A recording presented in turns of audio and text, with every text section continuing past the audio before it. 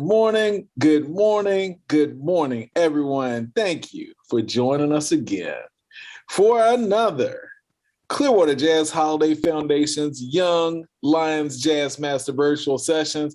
I am your guest host. I don't know why I keep saying guest because I'm here all the time, but I'm Michael Kernodle. And today we have another treat. It's none other than the man, the myth, the legend, Professor Tyler Wertman. And guess what? You see that trombone in his hand, you know we're talking about something with trombone, and it's one of the most important things. Intonation on the trombone. Very important. I know you're super excited. I am too, to hear what he's going to say. He's going to play. He's going to do all kinds of great things. But before we get started, we couldn't do this without our awesome sponsor. So I want to remind you, please be sure, check out the studio archives of past video sessions at clearwaterjazz.com's education outreach section. That's brought to you by Blue Water Wealth Management at Stewart Partners and Duke Energy, as well as our Young Line podcast available wherever you stream. And that's brought to you by our friends at Marine Max Clearwater. Just search Young Line Jazz Master Virtual Sessions wherever you stream. Where do we start here? Tyler has given us so many great sessions. I'm just going to name a few. Of course, you can go back into the archives and check out them all for free. We'll talk about that later. But basic trombone fundamentals from long tones, lip slurs, major scales, arpeggio practice, approaching transcriptions, chord progressions. You name it, the man is a walking library of knowledge in this thing we call jazz. And if you don't know him, he's an awesome trombonist. He specializes in jazz and classical styles. He's worked with us on these sessions and also My Journey with Jazz programs in the school system. That is super important. So continue to support that, everybody. You may catch him at the University of Tampa, where he's an instructor. He's teaching Introduction to Jazz as well as World Music Cultures. And I get the pleasure of working with him at Ruth Eckerd Hall for our jazz program over there. I'm super excited. If you didn't know, he has a Bachelor's of Arts in music from FSU and a master's in jazz from USF. That's all I'm going to say about this awesome, wonderful educator. Tyler Wertman, welcome back. The stage is all yours. Thank you so much, Mike. Thank you to our sponsors. Thank you, Clearwater Jazz, for having us. I really enjoy being here this morning. And yeah, we got some more to talk about today. Definitely in regards with this guy or girl right here. Okay. And it is intonation on the trombone. Now, if you're in middle school, if you're in high school, or even in college, or a professional musician, you might have heard this term intonation once or twice. Okay. Now, what intonation is basically how clean we are able to produce a sound on the trombone, right? Your clarity in sound, the clarity in pitch. And all of these things will take multiple, tonguing, for instance, and air speeds. Okay, we'll discuss those further. And we will piggyback on our previous lessons as well when we discussed articulations. For instance, we branched off from the articulation side of things and the airspeed side of things. We're going to go back, discuss those, and really what it takes to have a clean sound on the trombone, because we all know this is one of the more difficult instruments to actually produce a clean sound due to the nature of the slide. Okay. And so that's the first thing I'm really going to ask is what does it take to have a good sound or a clean sound on trombone? I believe that's an important question. Us as trombonists need to ask ourselves, okay, or if you're a trumpet player or sax player, okay, what sound do I like? Okay, what sound do I enjoy hearing? What sound is closest related to my playing that I could maybe incorporate or try to aim towards? Okay, and so by having this understanding, this approach, you're able to then work forward. It's not just, oh man, I want to be able to play higher, faster, louder. I mean, yes, in a sense, those things will happen the more we practice. But what are you trying to get your response really to be? Okay, and that is a great question to ask yourself, right? Maybe relate it this question to players, certain players that you like. Okay, say if I'm a trumpet player, I really love. I really love Nicholas Payton's sound because it's so burning and it's got a very bright timbre to it with high accuracy across the board. Okay, that's something to shoot for, right? Because you've isolated those things in his intonation, in his sound. Okay, and then we are going to practice to try to achieve those things. On the other hand, you might say, oh, I really enjoy Blue Mitchell because of his melodic language and the way he just sounds so, or the way he sets a vibe for his entire solo. That's what I want to try to practice. Okay, so then you have to go and really do some homework and dive into, Blue Mitchell's style of playing. What he's doing with his air, okay, his phrases, his lengths, his releases, okay, all of those things are going to be things to really take note of if you want to incorporate that style into your own, right? And so we talked about, I just said releases, right, with the notes, as well as the attack of the tongue and your air, okay? All of those things really primarily is what, or are, excuse me, all of those things is what is going to be, you're going to have a good sound from the tonguing, air relation, and your release. Okay, I can't stress that enough because most of the time everyone thinks about, like I said, the tongue in our last lesson.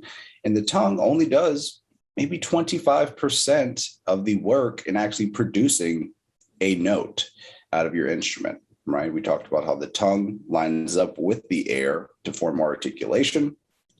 Ta, the T matches with the AH, airspeed, at the exact same time. It is not ta or ot, it is ta. Now, because that articulation happens at the exact same time, the air carries the note, right? And the air is the body of the note, the body of our brick, rather. We're thinking of a brick of sound or a block of sound. That top needs to be very straight, right? So that air needs to be very steady and consistent. It does not need to be wavering, right? So ta, that air way across and enter. What we don't hear is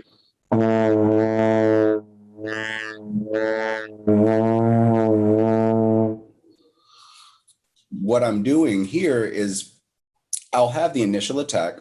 It will strike with the air will strike with the tongue, but then the body, the air, okay, does not support that sound, and our pitch is all over the place because of it. Okay, so we need to support that initial attack or tongue, right, with our proper airspeed in relation to where we are on our instrument. For instance, that low concert B flat, you might want to think of a O or ah airspeed. Now, these different airspeeds, E, A, O, in your articulations, T, D, and L, can lead to different links like T, Ta, To, D, Da, Do, and Li, La, Lo. Each one of these articulations should be used primarily in your playing, okay? And you need to be conscious about which one you're using, okay? The T is for a hard articulation, the D is for a soft, and the L is for legato. Again, being aware in where we are on our instrument, low, middle of the horn, or upper, okay, we are able to then choose an airspeed, best determined upon where we are, E, A, O. Now, as well as being focused on tongue, air, relation, and releases. Okay, whether or not your release is a quick release with just the air or maybe just the tongue. Okay, if it's we're playing a big band piece and we have a fat house top or marcato accent. Okay, well maybe the director will instruct the brass or everyone to have a harsh or a harder tongue stop being done there. You need to understand how to implement those things to match with everyone. Practice multiple articulations for accuracy, right? Practice the hard, the soft, the legato articulations so you have a better understanding of how those speak on your instrument. Okay, if you're using ta and then da and then la, and they're all sounding the same, well, that tells me that your tongue is not really doing what it's supposed to be doing, right? Ta, da, la. Each one of those contact points of the tongue between T, D, and L changes. And because that changes, that is going to shift our air, and you should be hearing a slight change.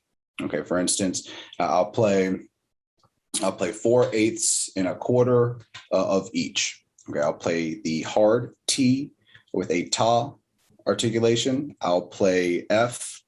I'll just play all concert B flats. But T, D, and L, hard, soft, and legato.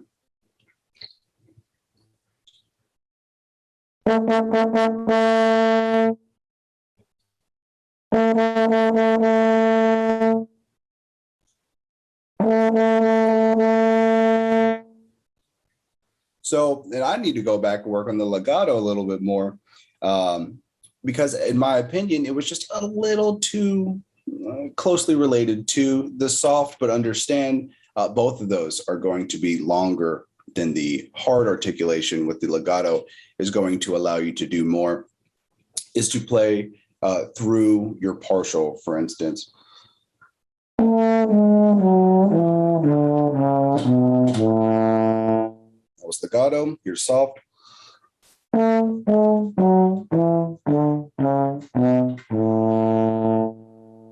Here's hard.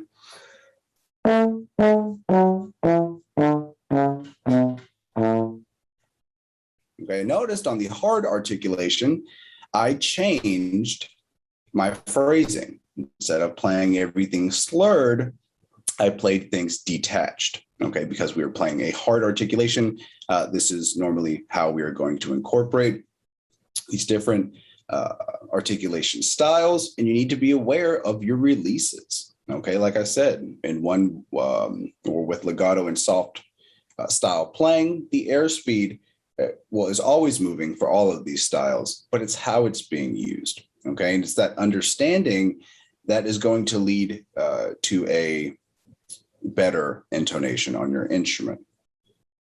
Okay, now again, being mindful of exactly which articulation we're using is crucial, especially early on. If we're playing and approaching our instrument by just picking it up and tonguing and blowing, reading notes and hoping that these pitches are going to come out, that's not how we lead to great intonation. Okay, how we do that is by being conscious of these air speeds, okay, these articulations, as well as these releases, okay, especially on an instrument like the trombone, where in our last meeting, we talked about how each partial is going to have its own sort of pressure zone, rather, right? So your low end, it takes a quite wide array of air to have a great full sound down there. Now, if you were to try to incorporate that same wide air speed down, or excuse me, if you were to incorporate the low air speed by trying to play up, well, it will not speak as well. There's no way you will be able to articulate your high B flats by using a O airspeed because it's just not as fast as an E airspeed. O-A-E. Now, as we shift that, that is literally opening and then condensing our pathway in our throat for the air to travel out of. Okay. I relate this to a hose, a garden hose. Okay. For O, this is when we turn on the hose and the water is just coming out, running out normally. Okay. It's flowing, free flowing at its fullest rate, right? And then what happens with is we put our thumb just over, like halfway over the opening, okay? And what happens with the speed of the water? Well, we didn't add, right, any more water into the hose, but by simply closing down just a little bit, with that same amount of water is now able to travel even faster out of the nozzle, right, or the opening. And then E is when your thumb is pretty tight on that opening. And what happens? It mists, it flies out. The speed is tremendously faster than the rate in which it was when it was open. Okay, it is the same concept with our air and how we're using it, how we're manipulating it. When we are playing down in our instrument, right, we need to be thinking, that big open sound to get a full sounding note, to get great intonation as well as a centered pitch. And when we are playing in the middle, we need to think this is the thumb closing just a little bit on this airspeed, and E for when we are playing upper material. Okay, and having that conscious approach is this is. Should I say? Excuse me, it's early, guys. This will lead you to having great intonation on the trombone, because now we are consciously thinking about the airspeed, the articulation, the sound, the pitch. It's not a guess in the dark anymore. And we have all of these references and material to practice and help us with. Hey, Mike, do you think of your air and tonguing, maybe your releases as well, in terms of intonation? Yes, I actually do. I noticed when you were talking about the la and the T and the ta, I mean, they all make a huge difference. It depends on, sometimes, the genre you're playing is very important too. And all the articulations, I know in jazz, we're talking about dots and using the tip of our tongue, and it makes a huge difference, not just accenting and things like that, but keeping the center of the tone of that note in order and having control and balance of the note. Because let's face it, if you have bad tone, nobody really wants to hear you. I mean, is that just the truth? I know that might sound harsh a little bit, but you could have all of the acrobatics of for John Coltrane, you could sound like Bird, but if you don't have that tone, people just won't be drawn towards listening. So go ahead.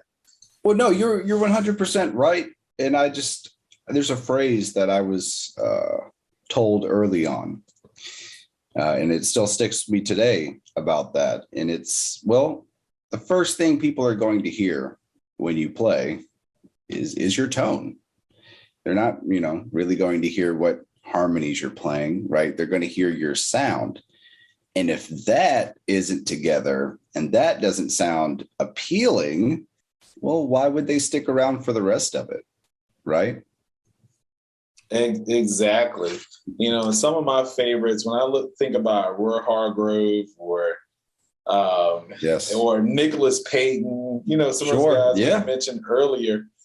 I mean, I had so many guys on my mind, man. I couldn't think of one. That's wild. When I hear them, I mean, I'm like amazed. Somebody that's more modern now that's playing is so funny. His name is Tevon Pennicott. All right. Absolutely. And you've heard of him. Okay. Well, yes. He's on tour with Gregory Porter. And, I Amazing met vocals. T-Von like years and years ago. So I'm sitting in the audience and they start the show and the sax player comes out. And on the third or fourth note, I said, that's T-Von. And I texted him at the show. I was like, you know what? I knew that was you after your fourth note because he has a very distinct, beautiful tone. And I mean, that's your calling card, everybody. And everybody's different. But if somebody can uniquely hear, oh man, I really love your sound, I mean, that is beautiful. So let's just talk about that for a second. What were those traits that you heard, Mike? And I'll ask you this question, right? I'm interviewing you now. That you heard from Mr. Pennicott that initially told you in those three notes, this is him. So you said his sound, right? It was his sound. It was the clarity in his tone. It was the vibrato that he used and just the approach and the way sometimes he bent notes and just the soulfulness of it. And I'm saying to myself, it's just like having a conversation with someone. I mean, your mom's voice no matter what. You can be in a crowd of people. Because it's something soothing it's something familiar. So it was familiar with me, the way he approached, and it wasn't too busy. It was classy. He put space in his improvisation, and it was just, I could hear it, that fullness of that tone. I mean, he's a tenor player. He also plays, other, from alto and soprano and all that good stuff. But when I heard that tenor, I was like, yeah. And I mean, same thing when I hear Jeremy Carter, which we had a great session with him the other day. Jeremy has a certain sound. He has a certain approach where I know that's him. And then, he talked about storytelling. He's going to tell you a story in his playing. But the first thing I hear is, man, he's using a lot of air. It's a big horn, big guy, right? He got a big sound. I know he won't mind me saying that too. And that's the first thing I was going to say, man, is his sound, right? When he plays, it's always very clear and it's strong. It's with intention, right? He's not playing any notes that he's not wanting to play. Yes, very intentional. Exactly. So that's one word I can use to describe, how to approach things. Be intentional about it. Even if you can't play 40,000 notes in a solo, hey, if you can master 5 and you're intentional and it sounds great, man, people are going to really love it. Just like these articulations, Mike, if you can be intentional on which articulation you're actually trying to play, people might love it rather than the other way around. That's absolutely true, Professor. I will say that. I agree 100% with you. You know what I also agree with you on? These wonderful sessions that are free, that they can check out in our archives. I agree also that they should go share. They should tell all their musician friends. They should tell all their educator friends, because what better resource would it be for a teacher, a band director, or a jazz band director to say, hey, you know what, guys, maybe you're not taking private lessons, but how about you check out this website? They just did a session on trombone intonation. I know it would help everybody. That's your homework tonight. Man, what a great resource that would be. I know you're saying, well, where can I find it? I'm glad you asked. You can just go to clearwaterjazz.com/education and you can get it for free, share it with everybody. And we welcome feedback, future topic suggestions. We love it. So just email us at info@clearwaterjazz.com, and we want to hear from you, the listener. We thank you for being here with us today. Of course, we thank Tyler Wertman for all his expertise. He playing today for us, and you can see him on all the stages here in Tampa Bay and beyond.